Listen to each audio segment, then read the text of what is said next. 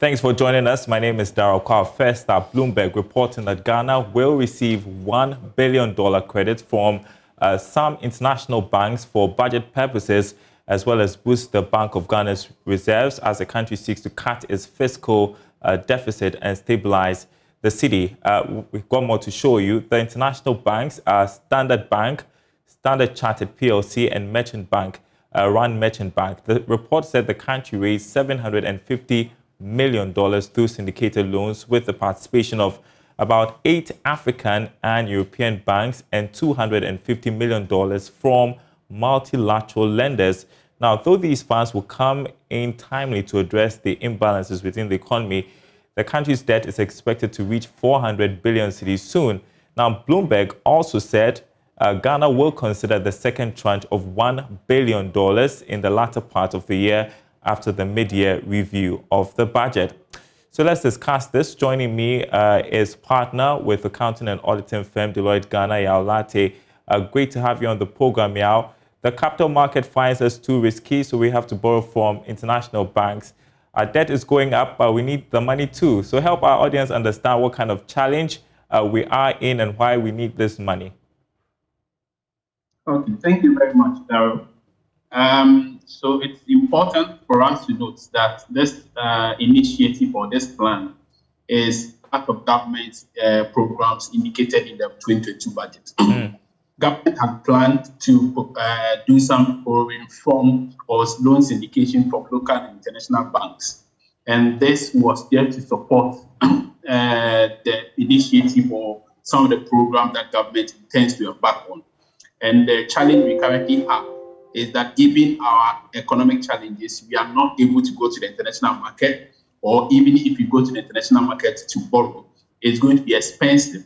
Government is using other sources of getting funds, and this is just one of those sources outlined in the budget.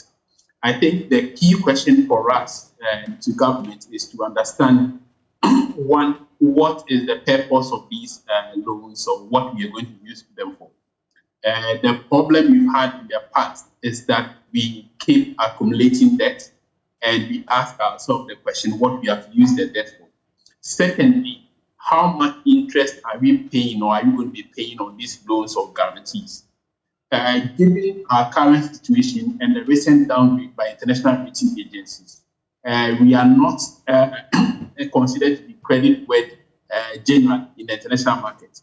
And so if you borrow at this time, you are likely to pay at a relatively higher interest rate or higher coupon as you would have if things were normal or if our situation had improved. So how much are you going to be paying on this debt? And then lastly, if you're going to use the money to shore up our reserve, it's a step in the right direction given the depreciating local currency.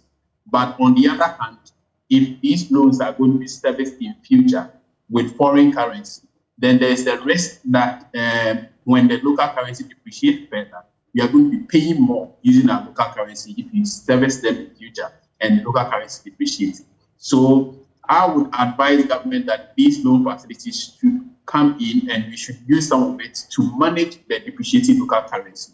If you manage the depreciating local currency, you will manage the rising debt levels, because part of the reason for our rising debt level has been our depreciating local currency. And the external component of our debt is rising, and the CD component of our debt is also rising because our currency is depreciating. And because some of these loans or debts are denominated in foreign currency, if the local currency depreciates, the debt level also increases. As we speak, our debt level is about 78% of GDP. IMF has projected that if we don't manage things well, or we do not change the run rate or the rate at which we are going, you end the year at about 84.6% of GDP. That is unsustainable level. And so we would have to look at how we are managing some of these debts going forward. And so we also understand that one of the reasons government is doing this is to also bring some stability to the local currency. And so my question then is, to what extent is this going to help us tackle the imbalances within the economy, do you think, as government hopes to cut down on the fiscal deficit and stabilize the city? We also understand we are going to receive these monies in tranches and not at a go. Excellent. So I think that is the part that I think is commendable. if we are going to use significant portion of this to manage our local currency depreciating issues and also increase our reserve, that would be helpful. Mind you, the inflation that we are currently experiencing is significantly driven by imported inflation. For the first time in so many years, imported inflation is higher than local inflation. And the reason why we are having imported inflation is that our currency has depreciated, and so the cost of things that are imported are becoming a lot more expensive. And so if the cedi depreciates, your imported inflation is going to increase significantly. We are currently over 23%. And other people are projecting that in your situation, you're likely to get about 40%. So if we do not manage the depreciating local currency, we will struggle to manage inflation. So part of managing our local currency or managing the cedi also helps to deal with inflation in the long term. So as we are dealing with our rising debt levels, we also use our management of local currency to deal with inflation as well. And I think this is a step in the right direction. If and only if we are going to use significant portion of this facility to manage our debt or manage our local currency.